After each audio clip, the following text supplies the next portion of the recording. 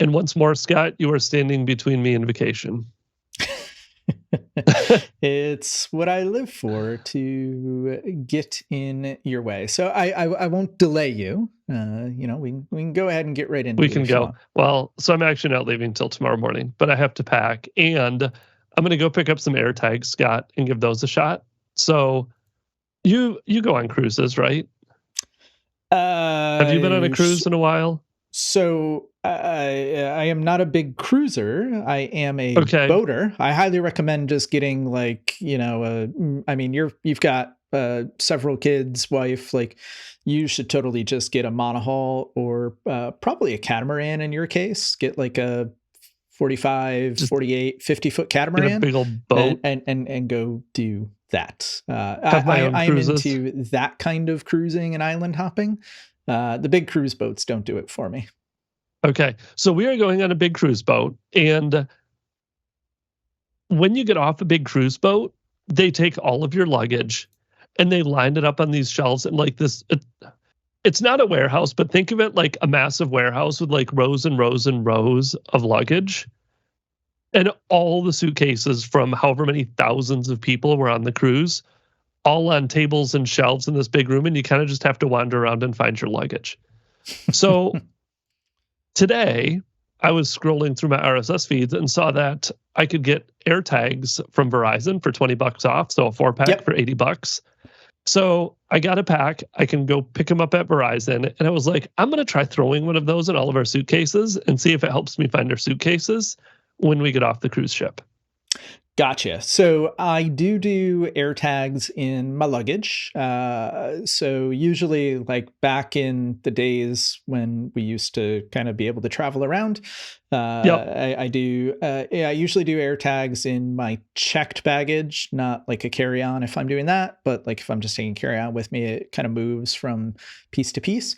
I also keep an air tag in my backpack all the time, and in my Switch case. So I have a Nintendo Switch, and I like to fly and travel with that, or even if like we do like a driving trip or anything. So I keep that on me. So that way, like if I take my Switch out of my backpack and I leave the hotel room, like I'll get a notification like, hey, you left your Switch behind, kind of thing. So they do work very, very well for that. I will say internationally, I think we talked about this a couple weeks ago. Like Apple is not as big overseas as they are here in the US. Yep. So you tend to get like really good coverage in like, say, like an airport in the United States, like, because, there's a good chance that like there's some people handling your bags and moving things from plane to plane and around the airport, like they all have iPhones on them. So it does that Bluetooth to Bluetooth kind of thing. It is what it is. I'm curious to see who it'll work for finding luggage in the cruise terminal afterwards. We'll see. But I've always wanted to play with them too. And like you said, maybe throw one in my backpack and maybe throw one in my wife's purse because maybe it'll help her find it. But we shall see. So I do have another announcement too, Scott. There is a conference coming up in Florida that... do you know Sharon Weaver? Have you met Sharon? Sharon and Jeff? I have not met Sharon Weaver in person, no. Okay, so Sharon Weaver she's kind of the primary force behind this conference, but I got in touch with them through MVP stuff. I've known Sharon and her husband for a while now, and they asked me if I wanted to help be on kind of the planning committee for this conference. So I don't know. I said yes. And then I'm like, man, this is a lot of extra work to do. But it is down in Central Florida. So it's at University of Central Florida, Rosen College of Hospitality Management on September 15. And it's kind of an interesting one. So because of the circles we're in, it'll probably end up being a lot of Microsoft heavy speakers, but the goal of the conference is to be more about collaboration as a whole and maybe do like some compare, contrast around different collaboration tools. So I'm going to try to do a session on like work management tools, kind of how we talked about Jira. We've talked about Jira before, and Asana and Planner and Microsoft List. Kind of do a session on like comparing and contrasting those, hopefully, assuming Sharon lets me talk. And maybe doing one just on like AI in general around collaboration and using different AI type tools and how that relates to collaboration. But if people want to check it out, it is collabconforall.com, and we'll put links in the show notes, and there's links in Discord. If you're interested in speaking, if you're interested in sponsoring, if you're interested in attending, it's a different conference with kind of that whole, hopefully technology agnostic approach to collaboration, but should be fun. Yeah. I don't know. I haven't done a conference in a long time. Since you're on the planning committee, maybe I'll need to cheat and talk to you and see what's going on, or just go down as an attendee kind of thing. I do miss very much the hallway track from conferences. So I would like to get back into that and get connected with community again. I would agree 100% on the hallway track stuff. That is the biggest thing I miss, and the biggest downside, in my opinion, to all the hybrid stuff and remote is that you don't get that hallway track. And frankly, that's what I tend to go to conferences for at this point in time. As you do. All right. So we got conference stuff. What else is going on? So I will say I got pulled in partially to a recent security breach that caused me to have some thoughts, and I'm curious to get your thoughts, and we have some articles, and we also have a listener question that goes along with this. So through a series of events, I did not get to participate in helping remediate this breach as much as maybe I would have liked to.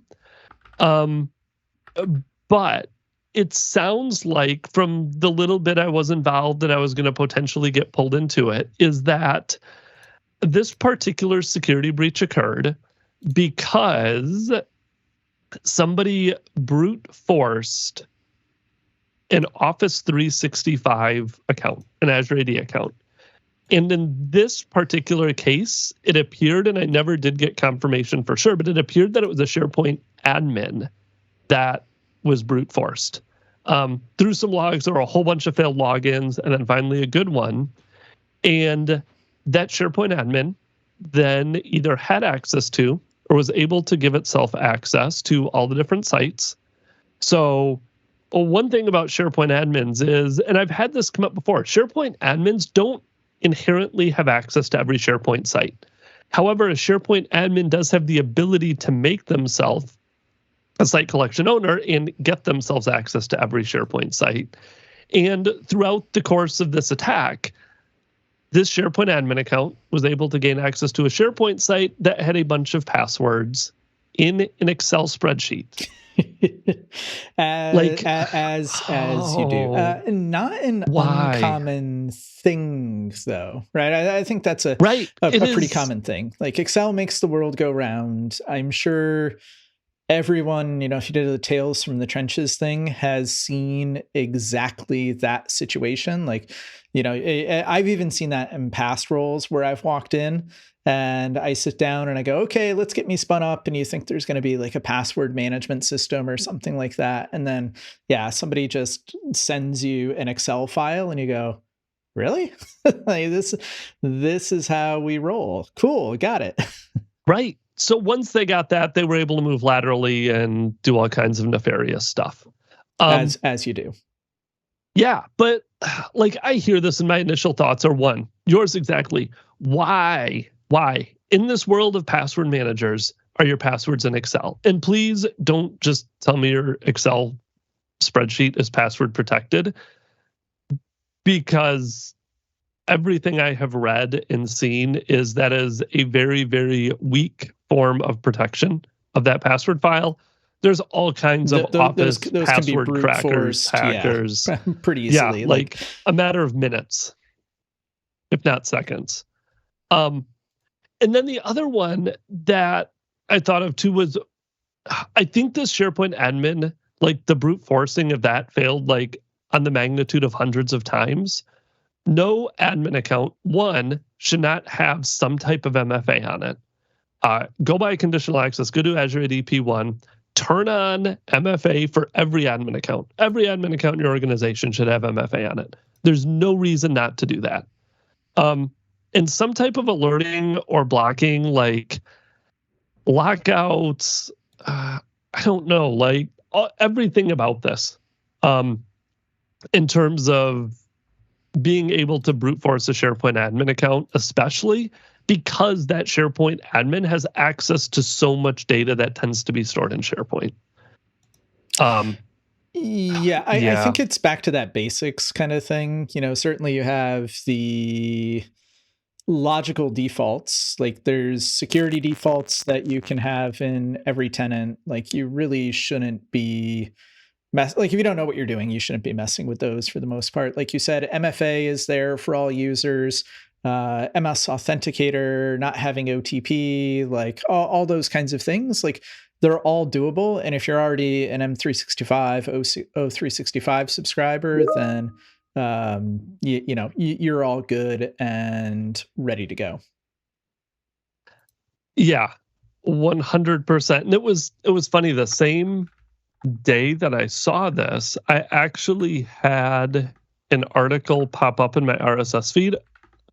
And this is not a Microsoft 365 article. It was tips to protect Office 365 systems from data breaches. And they have 6 tips. So I'm kind of curious, Scott, what are your thoughts on this? It says Office 365 does offer built-in security features. Necessary to understand those. They have 6 tips for Office 365 security. Enable multi-factor authentication. That one's kind of a given. We already talked about that one. Turn it on, please. Oh, and the other one, I was going to say this too. Don't store your passwords in Notepad. That's the other one I've seen. How many times have you seen passwords stored in Notepad, Scott? Too many? Too many. Yes, I can't tell you the number of times that I have seen this. I'm jumping back to the whole passwords in Excel. We're talking about passwords in Notepad, where not only have I been on a meeting where someone needs to log in and they pop open Notepad and copy and paste their password out of Notepad, but they drag it onto the screen that they're sharing when they log in. And this goes for Notepad, this goes for Excel. All it would take is for me to do a quick screenshot. And let me tell you, I can get quick screenshots. Little keyboard shortcut, do a quick screen grab. If the meeting's being recorded, feel like people are way too lax with not only where they share passwords, but how often those said passwords end up on their screen that they're sharing during a meeting. Yeah, it's tough. So I will say that the article you sent me, I'm going to put it up there as a little bit of FUD and a little bit of kind of just copy pasta and regurgitation of what's already in the prescriptive guidance from Microsoft in this area. Like there's a whole bunch of things that go on in Office 365 and Azure land to prevent breaches in the first place, prevent password sprays, DDoS attacks, like all those kinds of things. So I would encourage everyone, like I'll put the article in the show notes just so it's there for posterity, but like take it with a grain of salt. Like I generally would say, like, go to the actual provider and like the person who at the end of the day is responsible for providing you the service, because as the service provider, they're also going to provide you the controls and then be best positioned to tell you what controls you should implement along the way. So there's a couple of things there. So we had Sean in the chat mentioned things like making sure you get break glass accounts up. There's a great article on Docs for how to manage emergency access accounts, how to think about why you should have them, what their purpose is, how you can rationalize things like licensing for them, because you might have some additional conditional licensing in place, like how to think about even storing those credentials safely. Like you mentioned, putting your password in Notepad. Like I think that flies against all known guidance that's out there as a best practice for that. You can absolutely do things like spin up security keys. You can do FIDO security keys. I imagine we'll see things like passkey support in the future. That should all kind of come to bear and come to play for you.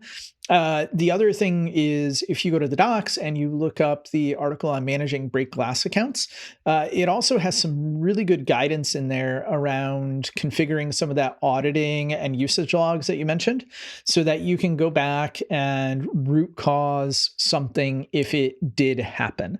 Like one of the interesting things about M365 is as a service is logs are immutable. So you can't go in and delete logs. So being able to go back and do those types of investigations for lateral movement through your environment, where did they go? What did they touch? Like all eminently doable and easy enough to do if you've done the homework and the prerequisites to configure all that stuff and get it laid into where it needs to be. So I think between things like the role security planning article and the creating emergency accounts article, you get to a pretty good place. And you even, like to a certain degree, like get guidance that gives you milestones with a work back plan. So like, hey, here's the things that we recommend you do within the first 2 days, like 48 hours of spinning up a new tenant. A, B, and C. Here's the things we recommend for the first month, for the first 3 months, and then ongoing activities that you should do along the way. So I think that's a great way to kind of approach it and think about things. It's kind of like the backup stuff we've talked about in the past. Like there's a ton of vendors out there who do M365 backup, but the reality is like they're limited by the API surface and what they can do. And it's the same kind of thing for these kind of security products you might run into or anything else. Like your best bet is always for a SaaS service, like starting with the vendor and seeing what they provide, making sure you configure and have rationalized all the things the vendor provides. And then if there's more you want to do, like go out and certainly like look for those extra things to do. Yeah, I agree. And one thing you mentioned in there was the whole FIDO keys. And I'm going to side topic, parentheses, that whole conditional access for conditional access authentication strength actually GA'd now, which is that ability in your conditional access to actually go enforce some of those stronger authentication methods like FIDO keys or the Authenticator app versus something like SMS. So side note, and I completely agree about going to the vendor. The one thing I was looking at the security article, mitigate. One thing that I do think people tend to forget about sometimes with these two, and I don't see it in that article particularly, and it was in the other article, the tips to protect systems from data breaches, is enforcing DLP. This is one that I think more companies should also pay attention to when it comes to this, especially with some of the DLP sensitive information types that you have now as a part of DLP and just built right into Office 365. It's probably not going to be able to detect when people are storing passwords per se in like an Excel spreadsheet. But they do have sensitive information types now around things like SaaS tokens for Azure storage accounts or SQL connection strings. The number of times people are throwing those in Teams messages or storing those in plain text in some of those. And if someone gets into your environment and starts pulling out some of those secrets, those connection strings, those SaaS tokens to storage accounts, or just sensitive information leaks that you would normally think about too, HIPAA, PII, financial information, getting DLP policies in place and thinking about security from not just passwords and user management and what access they have in MFA, but also securing that data that you have in your environment, I think is often overlooked by people. Yeah, it's one of those things that you get for free in other places, and it just doesn't. You kind of have to pay to play in the that Office 365 ecosystem. I think most of us, if you ever work with like scripts on GitHub or things like that, like you've probably gotten an email from something like Dependabot or something else along the way to say like, hey, there's a security vulnerability in this framework you're using, or hey, you do have passwords and credentials that were logged into that were persisted in this configuration file. And yeah, like you said, you've got to go that extra step and do it on the Office side. I think you should do those things for sure, but up front, like at the end of the day, I don't think it's not critical path that people are storing passwords in the environment. Like you've got to go drive user behavior and fix that. Like critical path is preventing the bad login in the first place. And Right. that's what all that other guidance is kind of getting you to.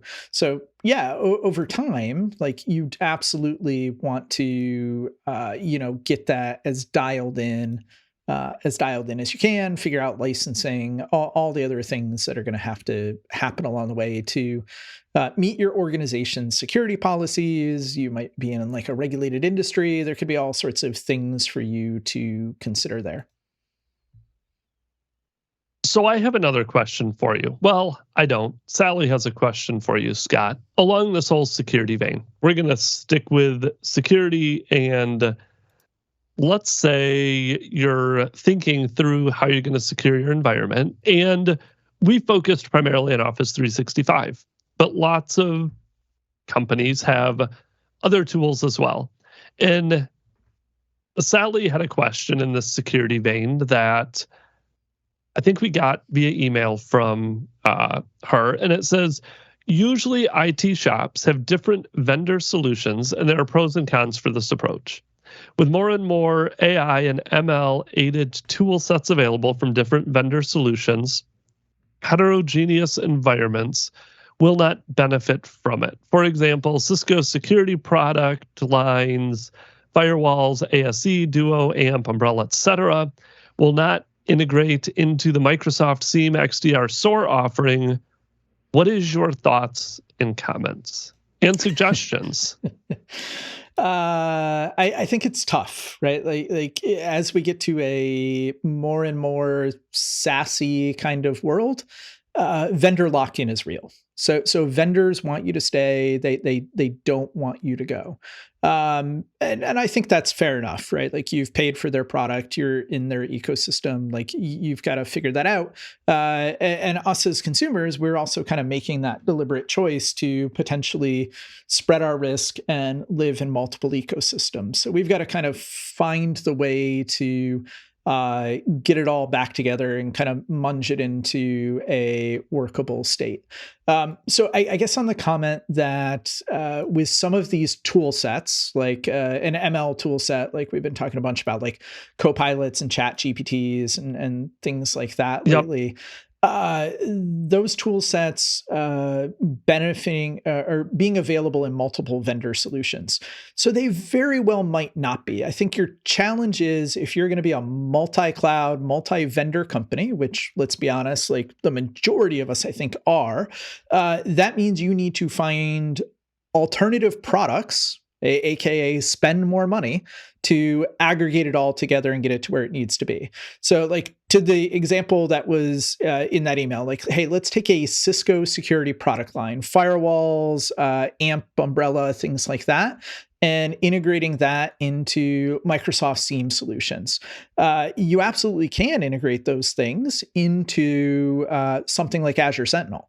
The downside of that integration is you're basically paying for it twice, right? Like if I am a Cisco firewall customer and I'm going to analyze my firewall logs on the Cisco side, if I really want to bring those logs in line with, say, like, back to like our login example earlier, like I want to analyze my login logs from my firewall and from Office 365 at the same time, that probably means you're bringing your logs into something like Sentinel along the way. And now guess what? You're paying for your data twice.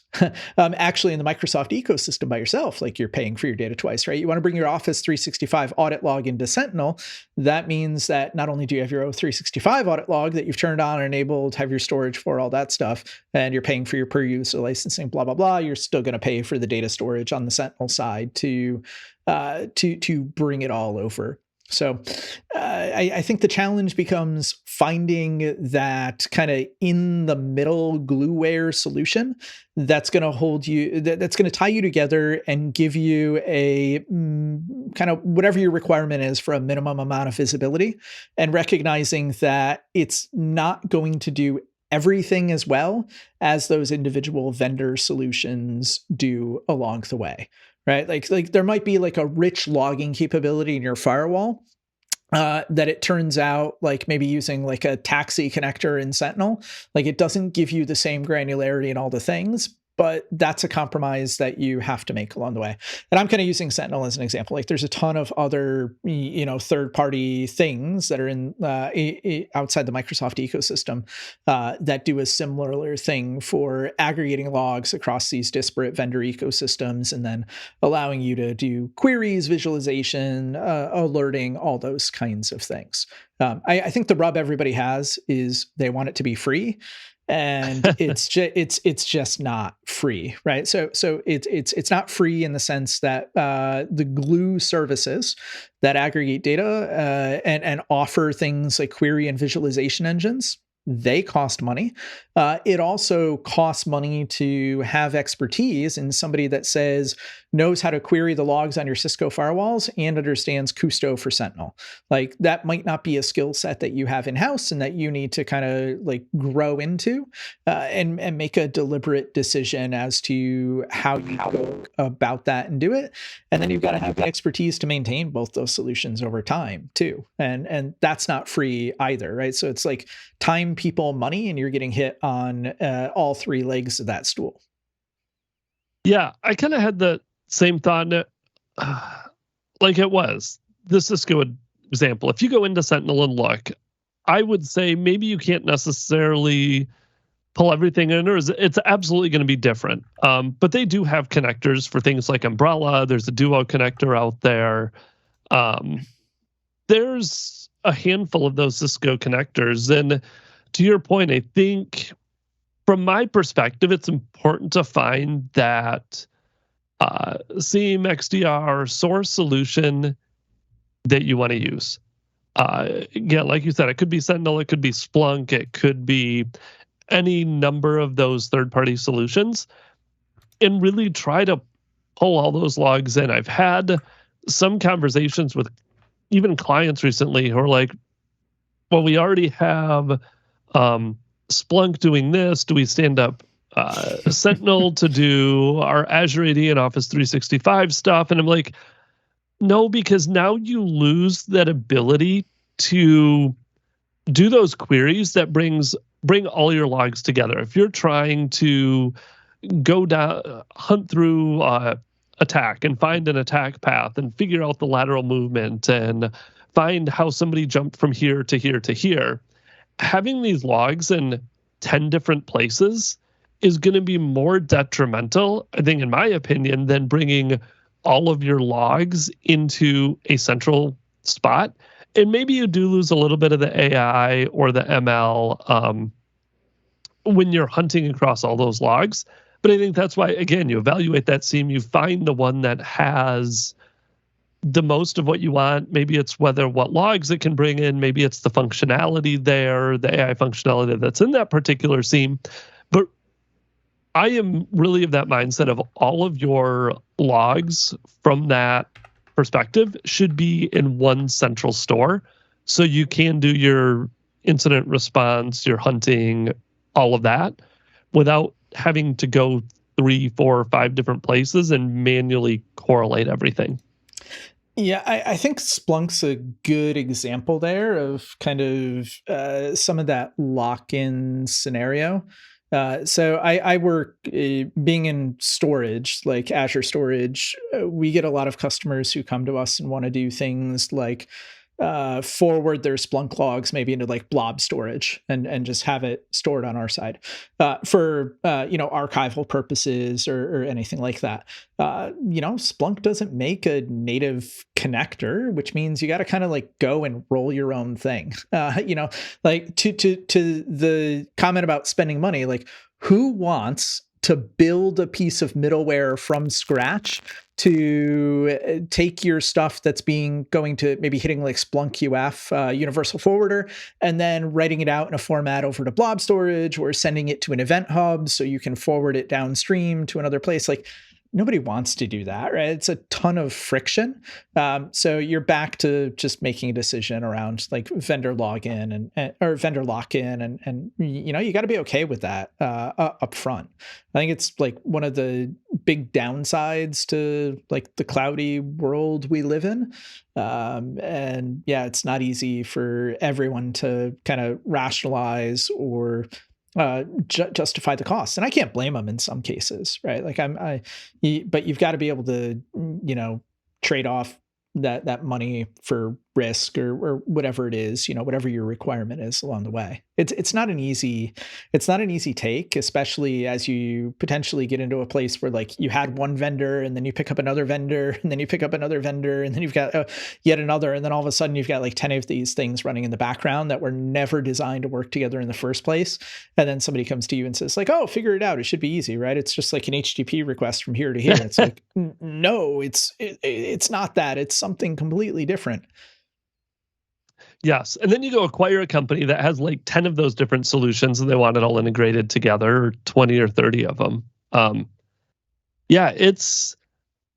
would agree. It's a challenge. And to your point about vendor lock-in in the cloud, I think it's even, I don't know, would I venture to say that the cloud has created more vendor lock-in because people don't want, or cloud vendors, Microsoft, Amazon, GCP, whoever it is, they don't necessarily want you just jumping to another cloud vendor. I mean, this is recurring revenue for them. I feel like more so than the on-premises days is vendor lock-in, and the advantages of using one vendor for everything has gotten very real.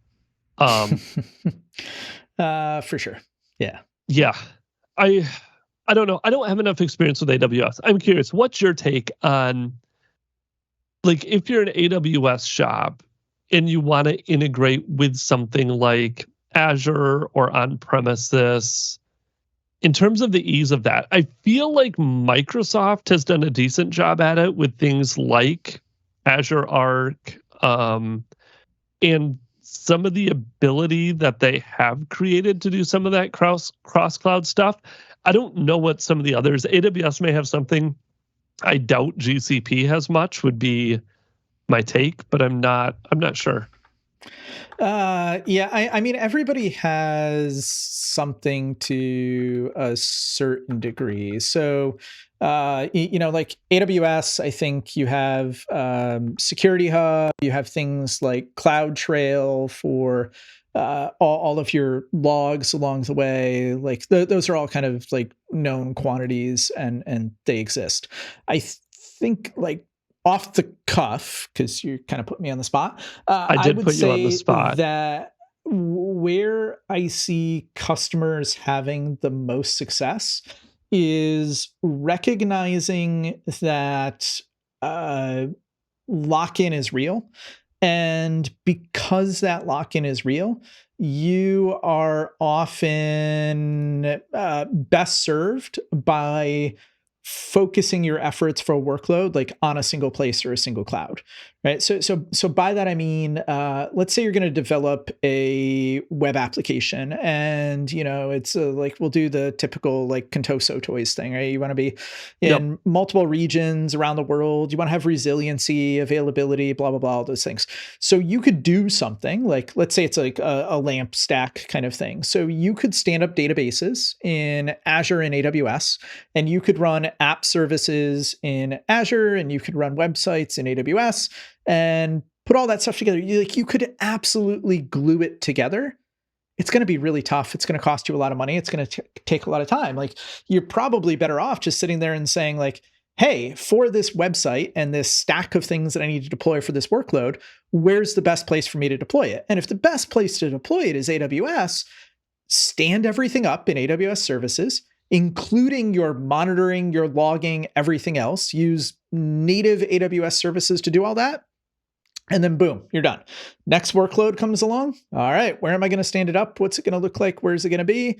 And you choose Azure, and then the next one comes along and you choose Google, or the next one comes along and you choose Oracle, or whatever the flavor of the day thing is, right? And stand it up and do that way. Like the dream of multi-cloud, I think, especially for like spread workloads, like take an individual workload and spread it across multiple clouds. Like I really do, like, the more time I spend in it, I think that is a dream. And you're better off served by coming to reality and saying like, hey, I'm probably better off running this in one place. And that way I'm only dealing with one ecosystem. I'm dealing with a set of known limitations within that ecosystem, rather than trying to like blend two or three ecosystems together, figure out all the rough edges in each one, and then figure out how to tie it all back together. Like it's not worth the time, like when you sit down and do the math. Yeah, I would tend to agree. Like whenever I hear the cross cloud stuff, I agree. I'm just going to leave it at that. Sean said, just doubt GCP and you won't be steered wrong 95% of the time. No comment. I'll make a comment. I tend to agree. I do not run into many people using GCP. I know they're out there, but it does tend to be AWS or Amazon from everything I have experienced. It depends on what you're doing. There's definitely enterprises that do it. There's tons of startups that do it. Like I know you're a Spotify subscriber. Spotify uses GCP heavily. Okay, so we found the one. Yeah. So you're a GCP user every day. I am a GCP user with Spotify. Oh well, such is life. Anything else around that, Scott? I know we have a few other listener questions we may try to get to. We have not done many listener questions lately. I would say if you do have questions, let us know, because we definitely always enjoy debating these. I have been collecting a few. So there was a request, Scott, to do an updated Microsoft Defender one. I did not realize this. Our last episode where we really dove into Microsoft Defender was back in 2001, like 100 episodes ago. Yeah, we can go back to Defender. The Defender ecosystem has grown quite a bit. So I think we can figure all that out. If folks wanted to send a question in, Ben, where would they do that? Where would they go? I would say Twitter, but you don't pay attention there anymore. If you go to the website, msclouditpro.com, and you can click on Contact Us and just throw in first name, email address, and your question or comment. You can do it there. You can also reach out Twitter, Mastodon. What other socials do we have? Facebook, LinkedIn. We are on all of those. I would say the Contact Us form is probably your best bet. To see us, or if you are a member and you haven't joined our membership and are on Discord, you can always leave us a question in Discord as well. And if it is a good enough question, pressure's on. You have to do a good question. We'll save it for the podcast versus answering it right in Discord in real time. All right, dialing it up. I see how it is. I do what I can. All right. With that, Scott, enjoy your weekend. All right. And you enjoy your cruise, and we'll chat again soon. I will do that. We will talk to you in like another 10 days or so. All right. Sounds good. Thanks, Ben. Thanks, Scott.